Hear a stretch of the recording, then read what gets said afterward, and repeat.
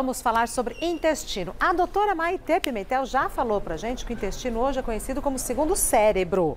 Tudo bem? Tudo que bem. linda de rosa! E você viu, tava todo mundo de rosa aqui, eu falei, nossa, acertei. Mas na mosca, ficou muito bem você. Obrigada. A doutora já falou várias vezes, né, que o intestino é conhecido como segundo cérebro. E a medicina não dava valor para isso. Ninguém estudou tanto o intestino, microbiota intestinal. Só assim, tá inflamado, tem gases, vamos melhorar, colite. Mas não que todas essas microbiotas, os bichinhos que vivem dentro do nosso intestino, têm coisas do bem. E eles fazem bem para não ter diabetes, para não ter até autismo. Olha só que interessante estão estudando. Mas, doutora, por que é comparado justamente com o cérebro? Poderia ser, sei lá, o coração, porque é o cérebro. Sim, porque aonde comanda tudo? É o cérebro. Então, essa microbiota intestinal, ela tem uma micropopulação, que são bactérias, fungos, micro-organismos, que se organizam para comandar o que absorve, o que não absorve, o que vai ser feito ou não no intestino inteiro. Então, é como se a gente estivesse num supermercado e a gente vai escolher ali os alimentos, os remédios, as coisas boas e ruins. Se você escolhe tudo errado, aí você vai trazer tudo errado para o organismo. Tem Olha uma só que imagem interessante. Para ficar desenhado, para a gente entender. Ah lá. Olha que bonitinho. Então, vocês vê, essas são as células do intestino, aqui embaixo, que tem o núcleo. E as substâncias estão lá em cima, ó. Tá. Imagine que é cálcio, ferro, comidinha do bem. E a gente tem a célula, ó, com as vilosidades que podem deixar as coisas boas entrar para a circulação. Ou eles fecham a portinha quando está inflamado e não deixa a substância boa entrar. O que passou aqui para o lado de baixo é o que está sendo absorvido. Isso. E esse vermelhinho, obviamente, é o sangue. É o sangue, que é aí onde leva para as outras células do corpo inteiro. Para o fígado, para o coração, para os ossos, para tudo. Vamos aos mitos e verdades, então. Doutora Maitê Pimentel, é mito ou verdade que a microbiota intestinal saudável tem relação direta com imunidade? Tem relação, olha.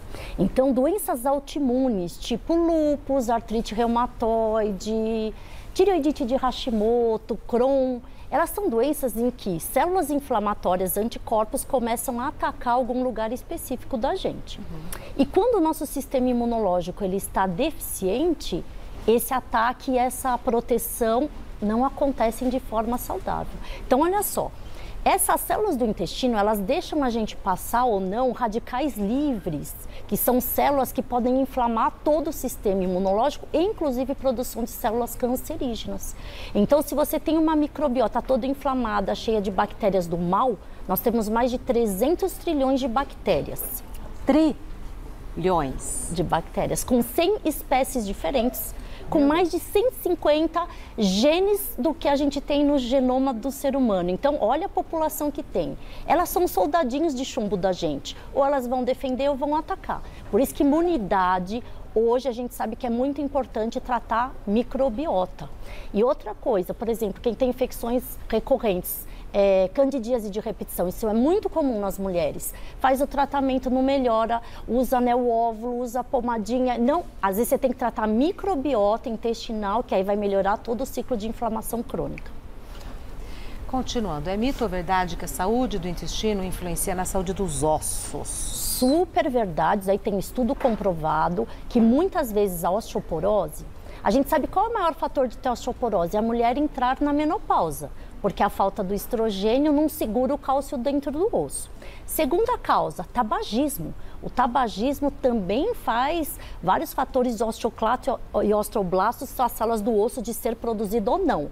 Mas não só dentro do osso, o que faz esse cálcio ser absorvido ou não? São radicais, são ácidos graxos de cadeia curta que fazem o cálcio entrar. Então, se você tem nas células esses ácidos graxos bons, que é do azeite de oliva extra virgem, do ômega 3, do abacate, do salmão, dos nuts, você vai produzir essa população que vai abrir as portas, que a gente viu, para o cálcio ser puxado. Pelo osso? Pelo osso. Aí vai puxar o cálcio, vai correr na corrente sanguínea e vai levar para o osso. Ô, doutor, eu estava aqui pensando, assim, desde que eu sou menina, os médicos perguntam como é que estão as fezes. Então, assim, ninguém estudava, mas os médicos já sabiam que o funcionamento do intestino dizia Isso. muito sobre a nossa saúde. Não tinha essa evidência científica que a gente tem agora, mas tinha intuição. Aliás, desde épocas do Egito, quando a gente vai estudar microbiota, porque agora o que eles estão fazendo? O que é o mais moderno? Você colhe as fezes de uma pessoa, você vai para o banco de fezes, ver a genética dela, o microbioma. Você tá brincando. Esse banco de fezes vai diferenciar quais são os seus micro-organismos e vão fazer um lactobacilo específico para essa você. pessoa. E aí a gente tem doenças que estão melhorando com isso. Até depressão, porque serotonina é produzida no intestino. E aí a gente sabe, se as tuas fezes não estão boas, é porque está inflamado o intestino. Então aqui eu não sei qual é a microbiota, eu só sei dizer, não está bom. Então, você que está em casa, tem uma escala que vocês podem pegar até na internet, chama escala de Bristol. A escala de Bristol, se tiver no tipo 1, que é as fezes bem endurecidas. Esse é o tipo de fezes que vocês têm. Tá. Então, tipo 1, é aquelas fezes bem durinhas. Que parece de cabra, cocôzinho de cabra. Não é bom, é porque aí tá todo o intestino constipado, não tá absorvendo direito, tem inflamação, não é bom. Tá. Tipo 2 também é bem constipado com a borda irregular. Não é legal. Não é legal. Aí vem o tipo 3, 4 e 5. Os melhores são 4, 3, 4 e 5. Ó. Tá. O 4 é o melhor de todos, parece uma salsicha as fezes. Tá. Lisinha, molinha. Aí quando ela tá lisinha, mas um pouquinho irregular, tudo bem.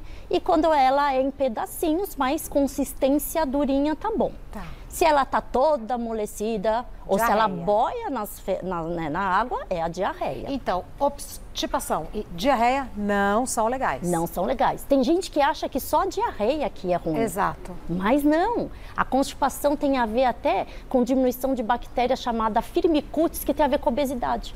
Então, tem paciente que chega no consultório e fala, eu não emagreço, doutora, mas é porque eu não vou ao banheiro. Tem sentido isso.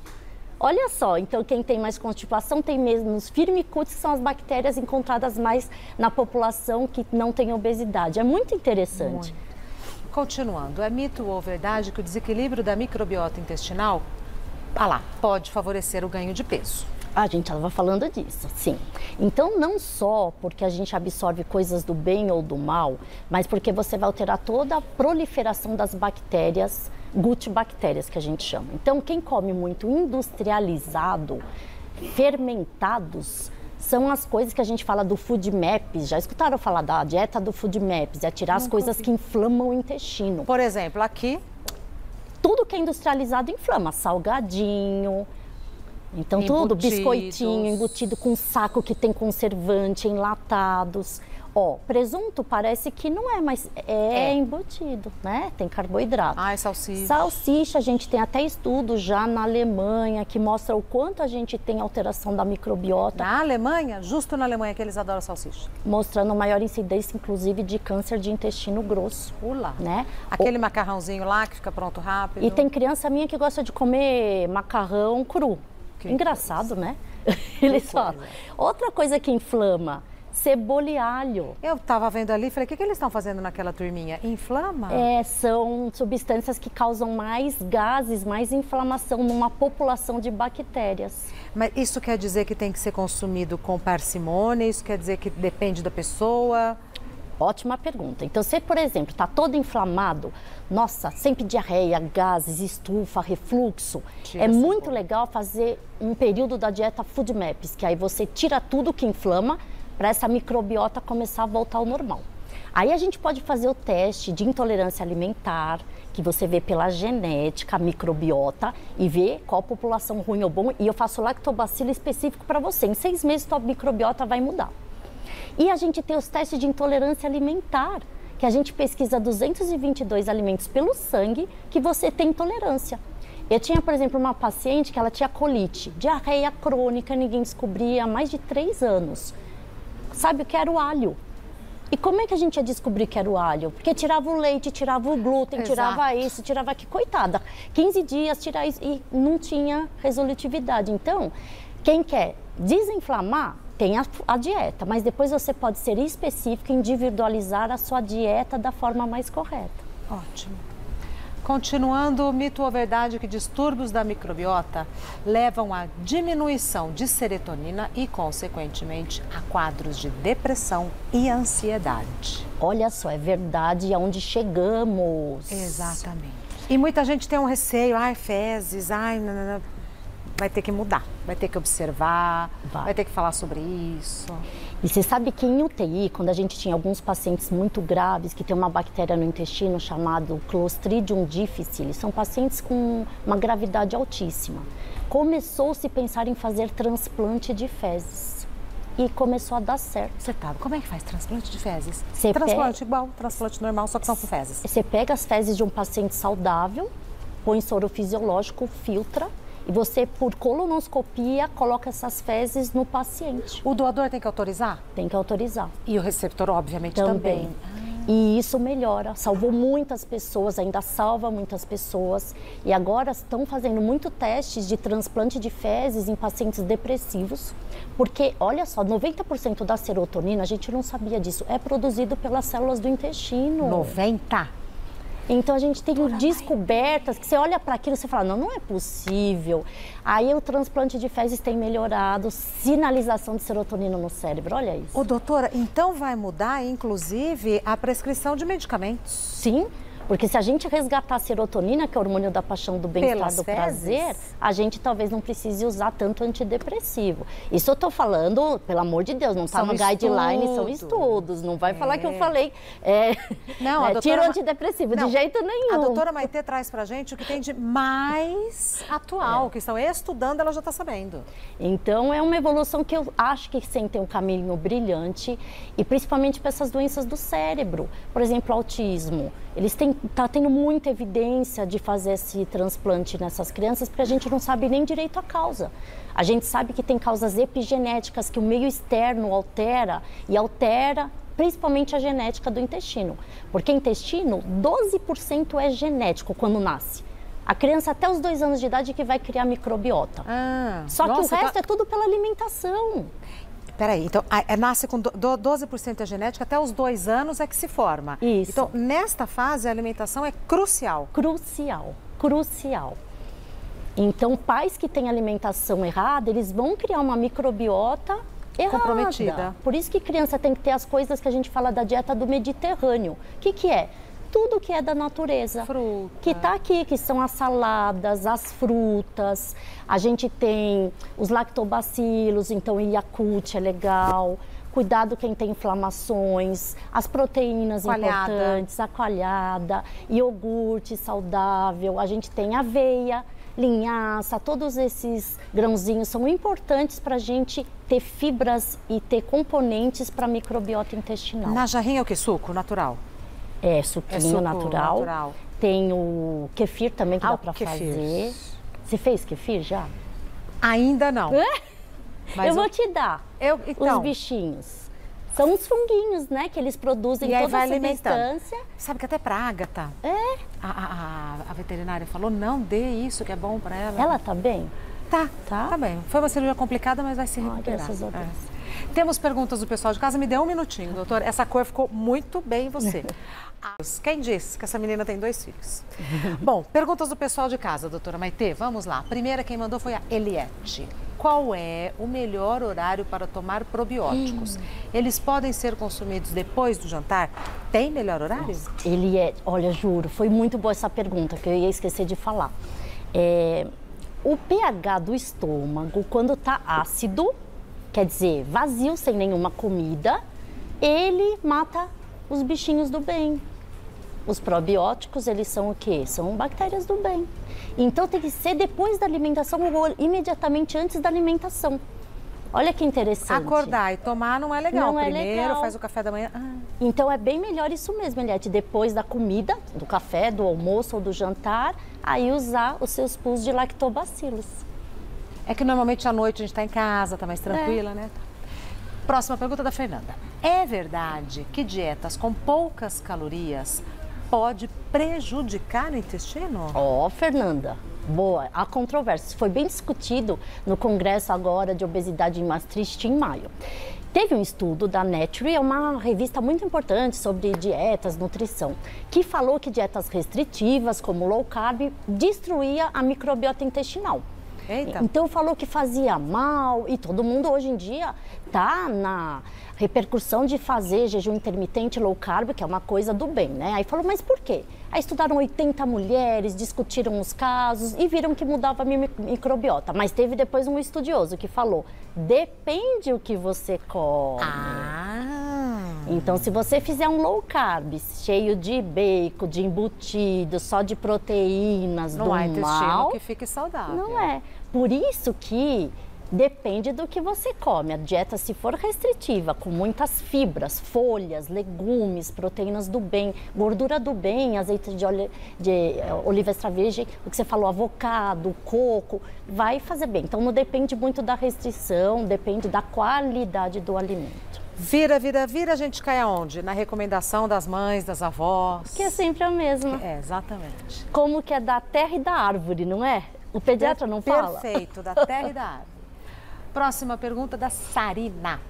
As emoções podem influir na saúde do intestino? Às vezes, quando eu fico muito estressada, tenho prisão de ventre. É normal?